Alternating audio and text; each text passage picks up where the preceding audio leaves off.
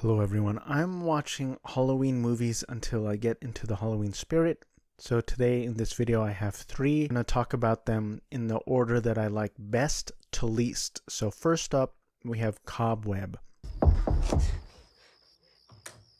Cobweb is about a very depressed boy. He as a kid reminds me of myself now. In the beginning of the movie you know something's wrong. He seems isolated and alone and depressed. And then slowly as the movie goes on, you realize that the parents are nut jobs and they're overprotective and things just get weird pretty quickly. This was not as Halloween-y as I would have hoped. I think there's a couple scenes where he's carrying a pumpkin, but to me that's not enough. It's just not enough. Alright? The parents are played by Lizzie Kaplan, who I love, and Anthony Starr, who I did not recognize. He's from The Boys. I thought the dad was a cross between Sabretooth from X-Men Origins Wolverine and a skeleton. That's who I thought was playing the dad, but it's Anthony Starr from The Boys. The parents are acting really wonky, and obviously they were directed to do so, but Lizzie Kaplan in particular, she is going like over the top, kind of like, my son is doing fine. Okay? And there's no need to worry about it. So thanks for coming to the house. And that will be all. Thank you.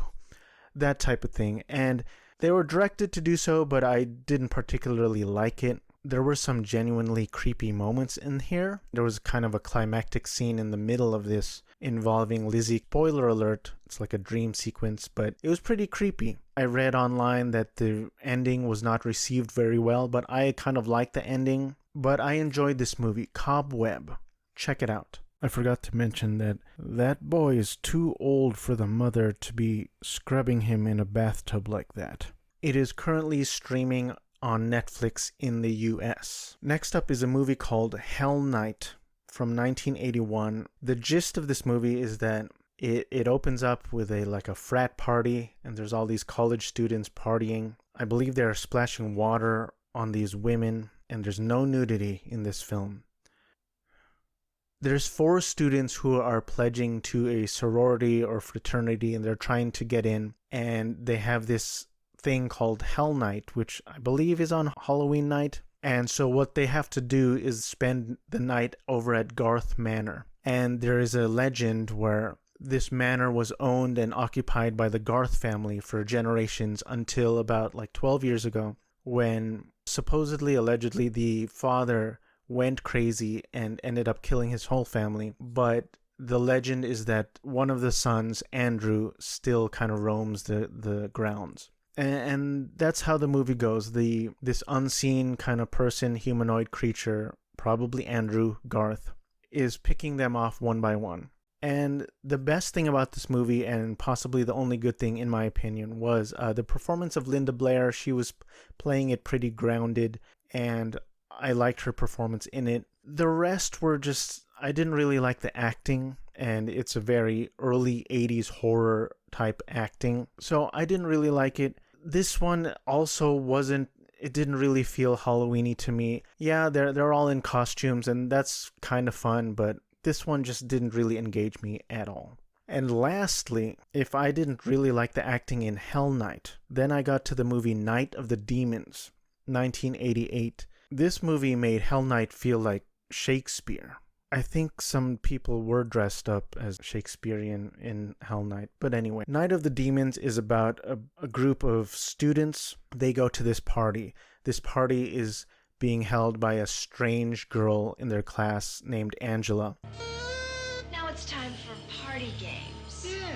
And it is being held at an abandoned funeral parlor. And so there's this legend that the whole place is surrounded by a stream of water, and evil spirits can't cross this stream of water. And then they do this seance where one of the girls looks into a mirror and she's like, I want to see my future self. And this other girl sees something really spooky in the mirror. This unleashes, it awakens one of the demons. And the demon possesses one of the girls, and then the demon possession kind of spreads around slowly throughout the movie.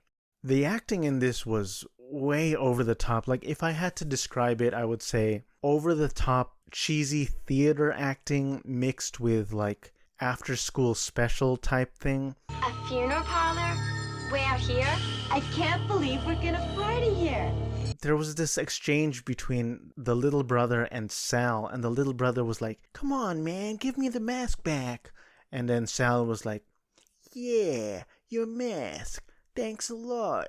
Like that type of thing where it's really heavy-handed and thick, and I just really didn't care for the acting on this one. If this was trying to go for that intentionally, kind of cheesy acting, kudos to them, but I just didn't like the acting. There were a lot of similarities between Night of the Demons and Hell Night, because I swear in both of the movies the same lines were spoken, like for example, the family who owned this place went crazy and the father killed everyone and then himself. I swear that line is in both movies. Also, at the end of the movie, it involves someone climbing over this fence that they're not supposed to climb over. Maybe Night of the Demons was heavily influenced by Hell Night, I'm not sure. Also, I will say, I did like the character arc of Sal, because Sal seemed like such a dipshit at the beginning of the movie. And then at the end, he's kind of, spoiler alert, kind of like does some heroic acts, but he ends up dying.